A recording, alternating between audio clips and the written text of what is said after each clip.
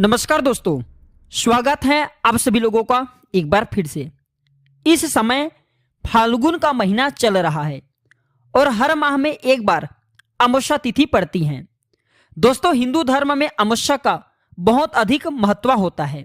हिंदू मान्यता के अनुसार जो सोमवार की पड़ने वाली अमावस्या होती है, इसे सोमावती अमावस्या के नाम से जानते हैं। सोमावती अमावस्या का बहुत अधिक महत्व होता है। सोमवार को पड़ने वाली अमावस्या को हम सब सोमावती अमावस्या के नाम से जानते हैं। तो दोस्तों, फाल्गुन महीने की अमावस्या जो कि सोमावती अमावस्या है, ये 20 फरवरी को हम सब मनाएंगे। इस दिन हो सके तो भगवान विष्णु की विधि विधान से पूजा करें। इस दिन भगवान विष्णु की विधि विधान से पूजा करते हैं और इस दिन पितरों के आत्मा के शांति के लिए तर्पण भी किया जाता है। अगर श्राद्ध पक्ष के दौरान अगर आप अपने पितरों के निमित्त हेतु श्राद्ध तर्पण नहीं कर पाए हैं, तो अमावस्या तिथि के दिन उनके निमित्त हेतु आप जो श्राद्ध तर्पण कर सकते हैं। अमावस्या तिथि पर पवित्र नदी में स्नान का विशेष महत्व होता है। नदी में स्नान के बाद सूर्यदेव को अर्घ्य देकर पितरों का तर्पण करना चाहिए। धार्मिक मान्यता के अनुसार अमावस्या के दिन महिलाएं अपने पति की लंबी आयु की कामना के लिए व्रत भी रखती हैं। तो दोस्तों, अमावस्या तिथि कब शुरू होगा? तो देखिए, अमावस्या तिथि प्रारंभ हो जाएगा 19 फरवरी 4:18 में, जिसका समापन होगा 20 फरवरी 12:35 में। सोमावती अमावस्या पर क्या करें, इसका क्या महत्व है? तो दोस्तों, धार्मिक मान्यता के अनुसार सोमावती अमावस्या का सबसे ज्यादा खास महत्व होता है।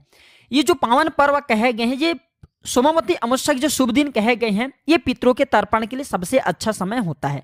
देखिए, पितरों का स्थान देवताओं से भी उत्तम होता है और ऐसा भी माना जाता है व्यक्ति को मृत्यु के उपरांत पितृलोक में ही वास करना पड़ता है, अपने पितरों से जाकर के ही मिलता है। तो इस दिन पवित्र नदी में स्नान करने का विशेष महत्व होता है। इससे आपके पितरों की आत्मा को शांति मिलता है। अगर सोमवार के दिन अमावस्या पड़ी, हम सोमावती अमावस्या के नाम से जानते हैं, तो इस अमावस्या के दिन भगवान शिव की पूजा करना चाहिए, अर्चना करना चाहिए। इससे सभी प्रकार के मनोकामना पूरी होती हैं। इस पावन दिन में माता लक्ष्मी की पूजा जरूर करना चाहिए, क्योंकि माता लक्ष्मी अमावस्या, पूर्णिमा और एकादशी, ये 3 तिथि पर प्रत्येक मनुष्य के द्वार में आती हैं। तो सोमावती अमावस्या के दिन क्या करें? सुबह जल्दी उठ करके स्नान करें।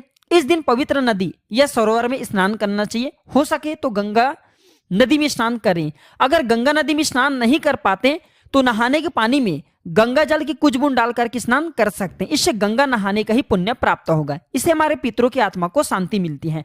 और स्नान करने के बाद घर के मंदिर में दीप जरूर प्रज्वलित करें, सूर्यदेव को अर्घ्य दें। अगर आप उपवास रख सकते हैं तो इस दिन उपवास जरूर रखें। इस दिन पितर संबंधी कार्य जरूर करें।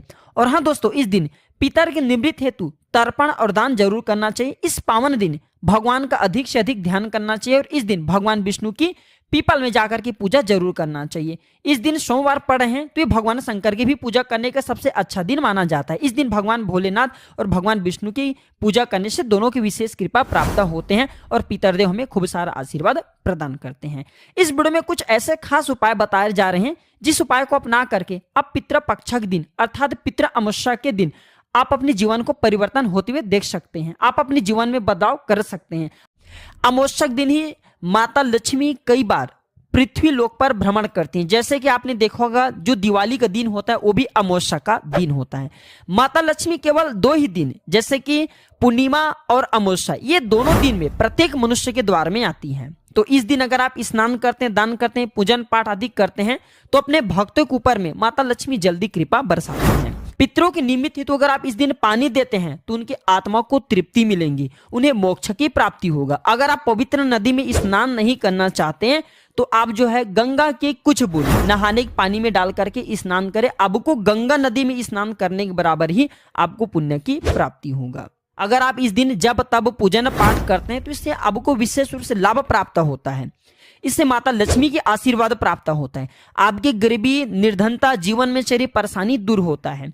और जिन लोगों के अगर घर में लक्ष्मी आने का मार्ग ही बंद हो चुके हैं या फिर जिन लोगों के घर में बहुत ही कला होती है, कलेश होती हैं, तो अमावस्या के दिन एक काम जरूर करिए।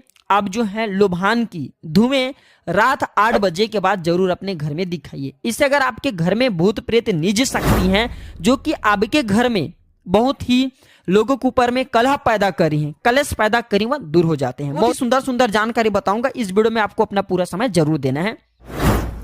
सभी लोगों को एक बात कहना चाहूंगा, मैंने प्राचीन ज्ञान स्टोर साइट में आप लोगों को अपने व्हाट्सएप नंबर ऐड किए हैं, तो आप उसमें कॉल मत किया करें। मुझे दुख दर्द होता है क्योंकि मैं आप लोगों के कॉल रिसीव नहीं कर पाता। वो हमारे बिजनेस नंबर हैं, वो हमारे क्लाइंट लोग देखते हैं।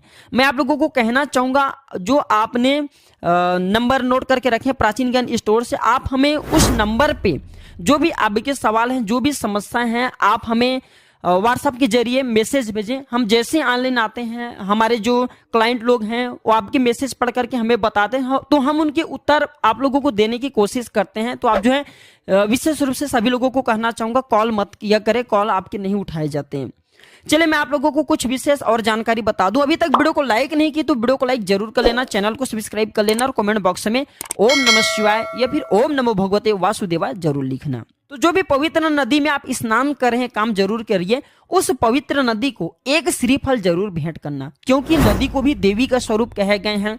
नदी में क्योंकि मैं आप लोगों को जैसे पिछले वाले वीडियो में बता चुका हूं कि नदी में भी भगवान श्री हरि विष्णु मछली रूप में, अर्थात भगवान जो नारायण हैं, ये मच्छर रूप में नदी में निवास करते हैं। तो इस नाते आपको एक श्रीफल जरूर भेंट करना चाहिए, फिर स्नान करना चाहिए, तो इसका लाभ आपको ज्यादा मिलते हैं।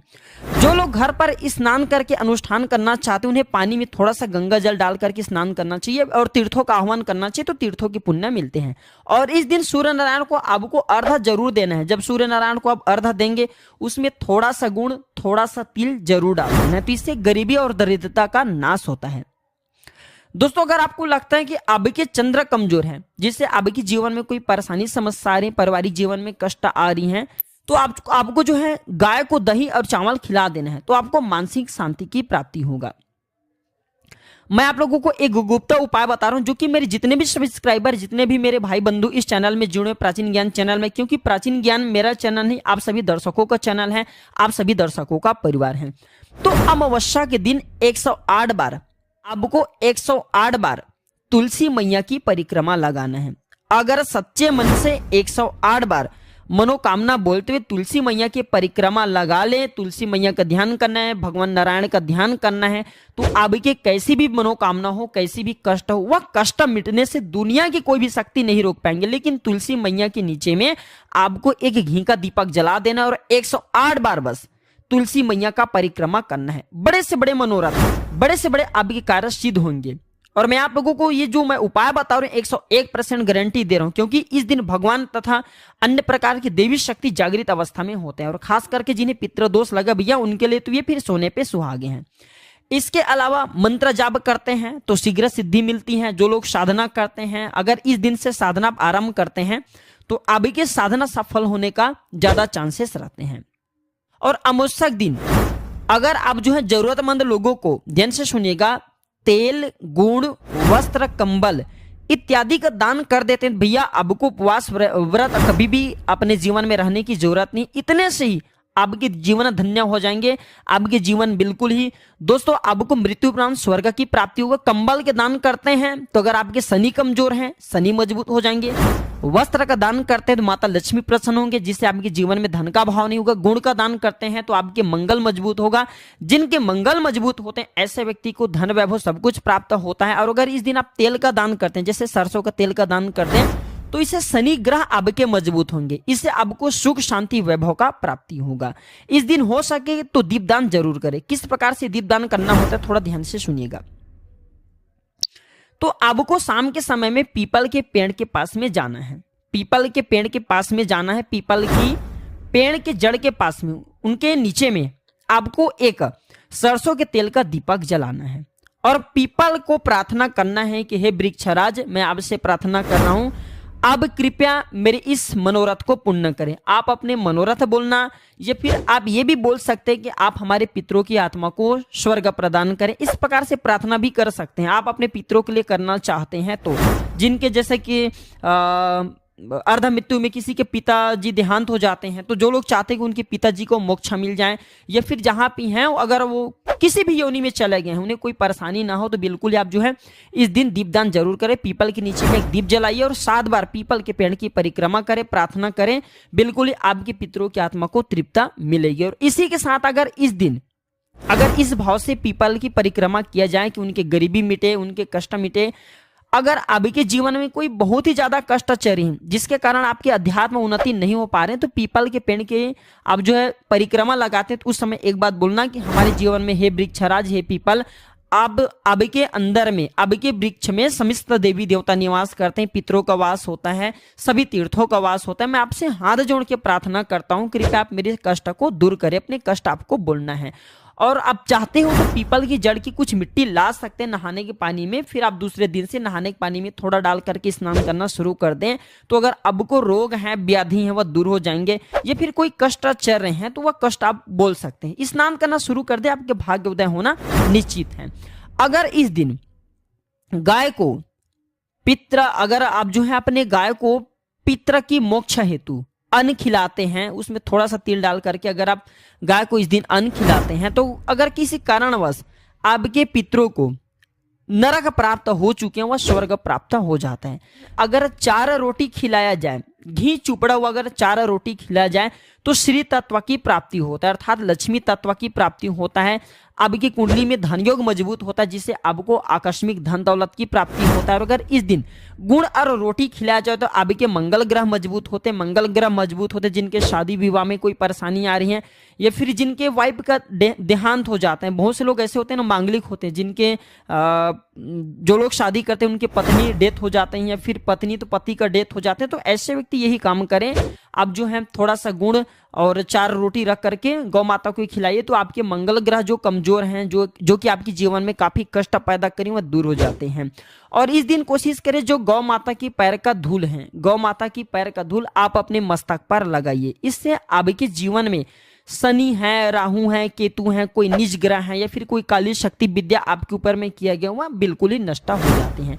हो सके तो इस दिन 7 परिक्रमा गौ माता की आप लगाइए, 7 परिक्रमा गौ माता की लगाते हैं। और अगर इस दिन गौ माता की जो मस्तक कहे गए हैं उनका स्पर्श करते हैं, तो आपके सारे पाप मिट जाते हैं। और गौ माता की पूंछ को छूने से, ध्यान से सुनिएगा, मैं पिछले वाले वीडियो में बताया था कि गौ माता की पूंछ से झाड़ा भी किया जाता है, अर्थात लोगों के जो लोग तंत्र किया कर देते हैं, किसी के ऊपर में किसी को तंत्र विकार लग गए हैं, किसी का बुरी नजर लग गए हैं, आप झाड़ा करना चाहते हैं, तो गौ माता की इस दिन 7 बार परिक्रमा करने के बाद आपको जो है पूंछ को छू जाना है, पूंछ को छू जाना है। तो इससे आपके शरीर में किए गए तंत्र विकार समाप्त हो जाएंगे। 7 बार परिक्रमा लगा लेना। वैसे गौ माता की जो चरण का धूल होते हैं मस्तक पर लगाते हैं, तो यही काफी है आपके शरीर में किए तंत्र विकार को काटने के लिए। शनि राहु या फिर किसी भी प्रकार के जो निज ग्रह आपको नुकसान करे हैं, उससे आपको ये छुटकारा दिला सकते हैं। हम जानकारी को अपने तक सीमित मत रखने से आगे जरूर शेयर करना।